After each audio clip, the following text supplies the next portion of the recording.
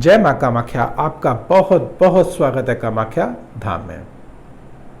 मिथुन राशि अक्टूबर माह सन 2022 कैसा रहेगा आइए जानते हैं, लेकिन उससे पहले एक नजर डालेंगे मुख्य त्योहारों पर, और हाँ, उन तिथियों को भी जानेंगे जिन तिथियों को हमको कार्य नहीं करना चाहिए, और जो अशुभता है इस माह, जो अशुभ ग्रह हैं उनको शुभता में कैसे परिवर्तित किया जाए। मां कामाख्या के अचूक तांत्रिक उपाय को करके इस माह को हम मंगलमय बना सकते हैं। और एक विशेष जानकारी आपको देना चाहता हूं कि जो जातक शेयर बाजार से जुड़े हैं उनके लिए यह माह निश्चित बहुत ही उत्तम होने जा रहा है, क्योंकि राहु देव एकादश भाव में बैठे हैं। और अगर आपकी मूल कुंडलियों में राहु देव अगर आपके उच्च के होके बैठे हैं या शुभता लिए हुए हैं, तो इस माह आपको करोड़पति या अरबपति बनाने से कोई नहीं रोक सकता, क्योंकि राहुदेव एकादश भाव में बैठे अचानक धन की बरसात अवश्य करेंगे, भाग्य में वृद्धि अवश्य करेंगे। आइए इस ग्रह गोचर को जानने से पूर्व पहले मुख्य त्योहारों को जान लेते हैं। 3 तारीख को दुर्गा अष्टमी है, 4 तारीख को दुर्गा नवमी है, 5 तारीख को दशहरा है, 9 तारीख को शरद माह की पूर्णिमा है, 13 तारीख को करवा चौथ है, और 17 तारीख को अहोई अष्टमी का व्रत है, 21 तारीख को रमा एकादशी, 23 तारीख को धनतेरस, 24 तारीख को दीपावली, और 26 तारीख को गोवर्धन पूजा, और 27 तारीख को विश्वकर्मा पूजा है। अब ग्रह गोचर की अगर बात करते हैं तो 16 तारीख को मंगलदेव मिथुन राशि में प्रवेश करेंगे। अर्थात 16 तारीख को मंगलदेव जब मिथुन राशि में प्रवेश करेंगे तो अभी 15 तारीख तक यह मंगलदेव मिथुन राशि वाले जातकों के लिए द्वादश भाव में रहेंगे। द्वादश भाव जो कि कारागृह मानते हैं हम लोग, और एकादशेष के स्वामी अर्थात प्राप्ति के स्वामी द्वादश भाव में, अर्थात आपका व्यय बढ़ जाएगा और कहाँ खर्च हो रहा है यह भी पता नहीं चलेगा।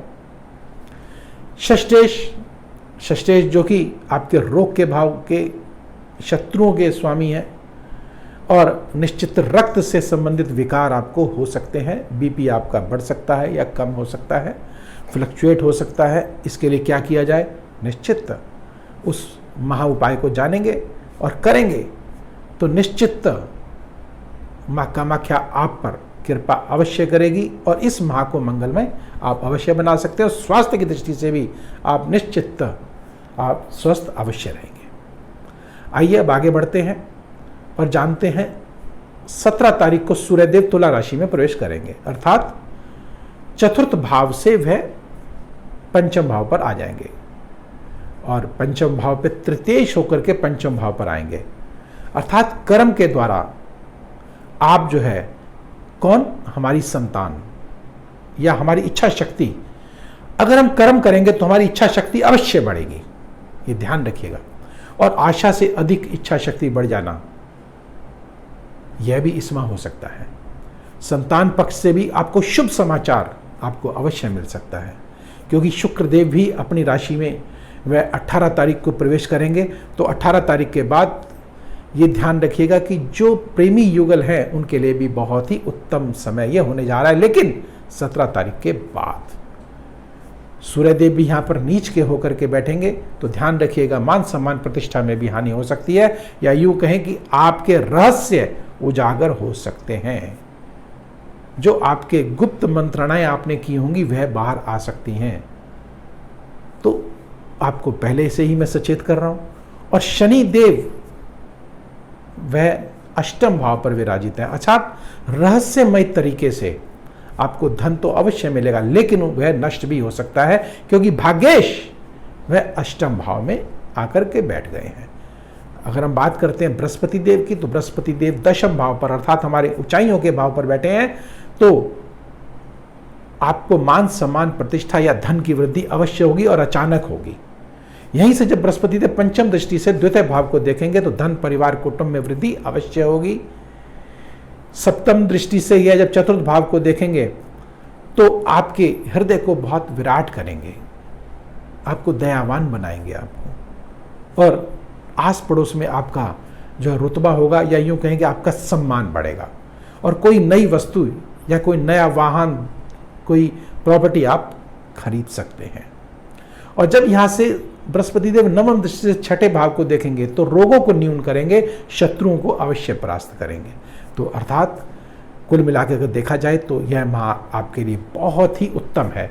लेकिन कुछ जैसे मैंने बताया कि स्वास्थ्य की दृष्टि से या आपको अचानक, आपको जैसे राहु मैंने बताया कि अचानक आपको देंगे, निश्चित देंगे या देने आए हैं आपको। लेकिन अगर आपकी मूल कुंडलियों में राहु की स्थिति अगर उचित नहीं है तो निश्चित आपको बहुत बड़े नुकसान के आप भागीदार भी हो सकते हैं। इसके लिए आप किसी योग्य विद्वान से इस कुंडली को, अपनी जो मूल कुंडली है उसको दिखा करके इसका आकलन करें और उसके बाद शेयर बाजार में पैसा लगाएं। आइए अब उन तारीखों को जान लेते हैं जिन तारीखों को हमको कार्य नहीं करना। 4 तारीख, 5 तारीख, 13 और 14 तारीख, 22 और 23 तारीख भूल कर भी इन तिथियों को कार्य ना करें। अगर करना भी पड़े तो एक छोटा सा महा उपाय, माँ कामाख्या का तांत्रिक उपाय, जिसको करके निश्चित आप इस माह को मंगलमय बना सकते हैं। वह क्या है? काम्या सिंदूर का आपने नाम सुना है। 2 चांदी के सांप लीजिएगा और काम्या सिंदूर लगा करके सिर के तकिए के नीचे रात को रख के सो जाइएगा और प्रातःकाल उसको, लेकिन दिन मंगलवार का हो, ध्यान रखिएगा, सिर के ऊपर से 7 बार घुमा करके किसी जलाशय में इसको छोड़ आइएगा। मैं विश्वास के साथ आपको कहूँगा। और अगर आपने अगर माँ कामाख्या का अगर मंत्र, अगर छोटा सा मंत्र है, उसकी एक माला का जाप कर ली तो निश्चित आपके भाग्य में वृद्धि अवश्य होगी, धन की वृद्धि अवश्य होगी और स्वास्थ्य की दृष्टि से भी आप स्वस्थ अवश्य होंगे। जो इस माह अशुभता होने वाली है निश्चित नहीं होगी। वह मंत्र को नोट कर लीजिएगा, शौम ओम ओम उठा, इस मंत्र का एक माला जाप कर इस उपाय को करिएगा। माँ कामाख्या की कृपा आप पर अवश्य बनेगी और आप इस माह को मंगलमय क्या चमत्कारिक रूप अवश्य देंगे। अगर आपको ये वीडियो पसंद आया हो, लाइक करें, सब्सक्राइब करें और बेल बटन को अवश्य दबाएं, जिससे अगला वीडियो आपके पास सबसे पहले पहुंचे और आप लाभान्वित हो सकें। किसी प्रकार की भी अगर अदृश्य बाधाओं से अगर आप ग्रसित हैं तो आप नंबर स्क्रीन पर चल रहे हैं, व्यक्तिगत रूप से भी आप हमसे संपर्क करके अपनी समस्याओं का हल निकाल सकते हैं। तो अब मुझे दीजिए आज्ञा। जय मां कामाख्या।